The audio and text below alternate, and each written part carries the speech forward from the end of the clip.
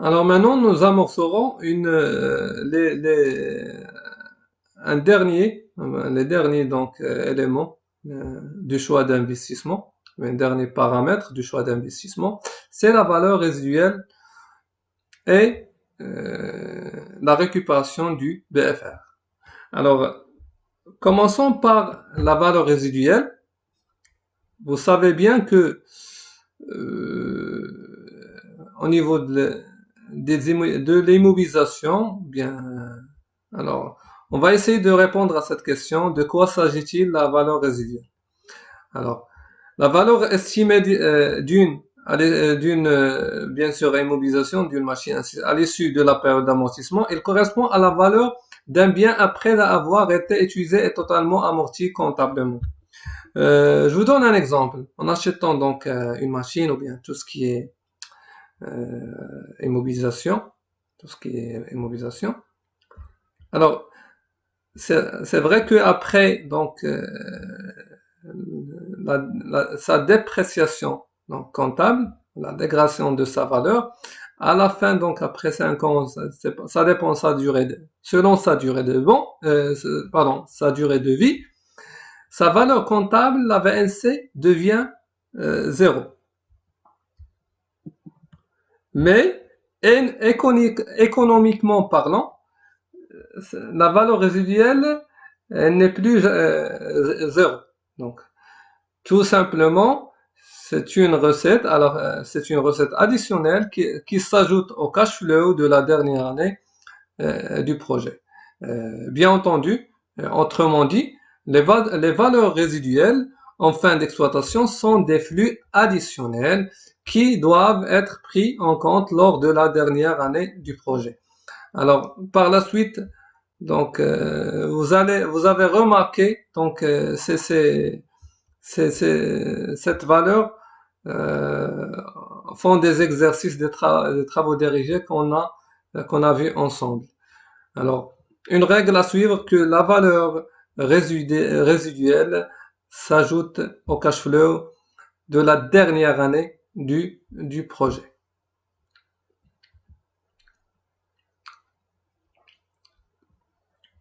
Et je viens d'illustrer donc cette photo. Par exemple, cette voiture que j'ai achetée par exemple à 50 000 dirhams, qui a une durée de vie de 5 ans.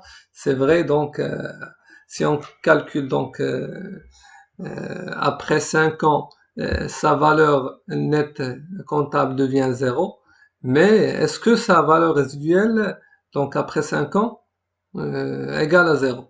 Bien sûr, non. Pourquoi? Parce que euh, la valeur résiduelle donc s'ajoute donc pardon cette valeur résiduelle on va l'ajouter au cash flow de la dernière année tout simplement.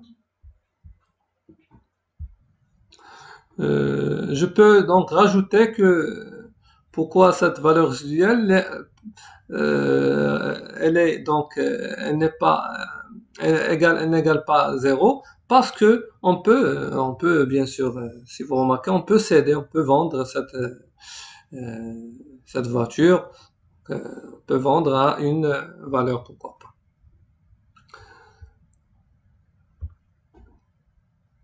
Cette valeur qui est appelée bien sûr la valeur résiduelle. Résiduelle, comme son nom l'indique, la valeur résiduelle, c'est la valeur qui reste. La valeur résiduelle, c'est la valeur qui reste. Cependant, comme je vais l'appeler une recette. Alors, une recette, cette valeur résiduelle, qui va s'ajouter, comme je vous ai dit, je vous ai dit, donc, qui va s'ajouter au cash flow de la dernière année. Et bien entendu, elle sera actualisée avec les recettes prévisionnelles ou les cash flows. Ensuite, il y en a un autre élément, ou bien paramètre qui rentre dans les choix d'investissement et qu'on va récupérer à la fin du projet ou bien de l'investissement, c'est bien sûr la, c'est la récupération du BFR. Donc, besoin de fonds de roulement. Je vous ai déjà illustré et expliqué donc ce BFR.